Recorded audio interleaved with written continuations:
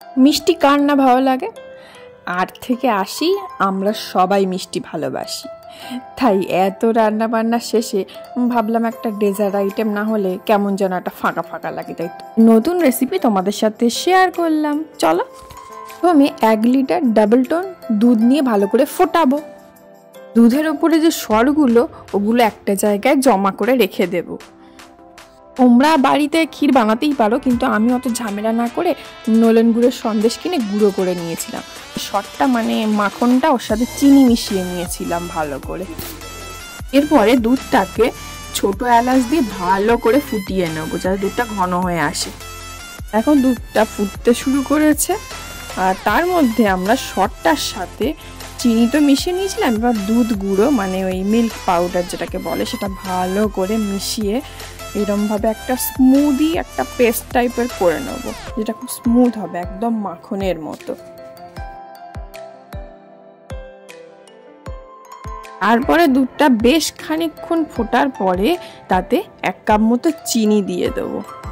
চিনিটা দিয়ে ভালো করে একটুখানি একটা চামচ দিয়ে মিশিয়ে নেব।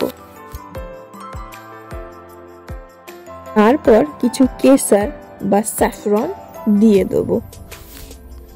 দুধটাকে ভালো করে মিশিয়ে নেবো স্যাফরনের সাথে, যাতে এই স্যাফরনের কালারটা যেন বার হয়। তারপরে ওই সন্দেশটা মানে ওই ক্ষীরটার সাথে যে মাখনটা রেডি করে রেখেছিলাম সেই মাখনটা মানে দুধের যে সরটা সেটা মিশিয়ে দেবো ভালো করে। দেখো এইভাবে ভালো করে সমস্ত কিছু একসাথে মিশিয়ে নিয়ে একটা পেস্ট টাইপের করে নেবো, স্মুদি পেস্ট। তারপরে ব্রেডগুলোকে এইভাবে আমি রুটির বেলনা দিয়ে বেলে নেব, আর চারধারে মানে এই ধারগুলো কেটে নেব। আমি এখানে ব্রাউন ব্রেড ইউজ করেছি, আপনারা চাইলে যে কোনো ব্রেড ইউজ করতে পারেন।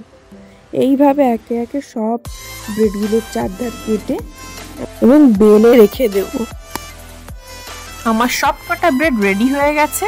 তারপরে এক একটা ব্রেড নিয়ে সেই স্মুদি তৈরি করা টেক্সচারটা দিয়ে মানে ক্ষীরের যে পুরটা আর কি সেটা দিয়ে একটা ব্রেড নিয়ে এরকম রোলের শেপে করে নেব।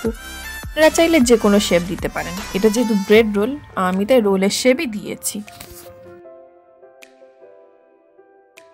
একে একে দেখো আমার সব কটা রোল তৈরি হয়ে গেছে মোটামুটি। আমি বাকি রোলগুলো তৈরি করে নেবো। আমার সব রোলই প্রায় তৈরি হয়ে গেছে শেষের দিকে। দেখো এইভাবে সব কটা আমি তৈরি করে নিয়েছি।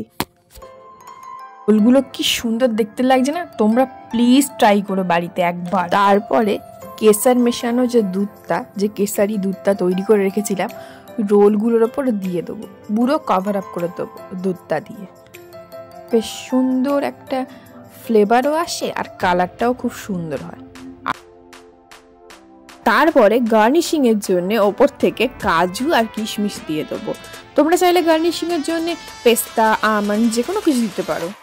আর তারপরে এটা কভার আপ করে ডিপ ফ্রিজ না নর্মাল ফ্রিজের টেম্পারেচারে রেখে দেবো ওভারনাইট। আর দেখো একদম ready. So if you like the video please do like, comment, share, subscribe to my channel and press the bell icon to get more notification and update also. Thank you.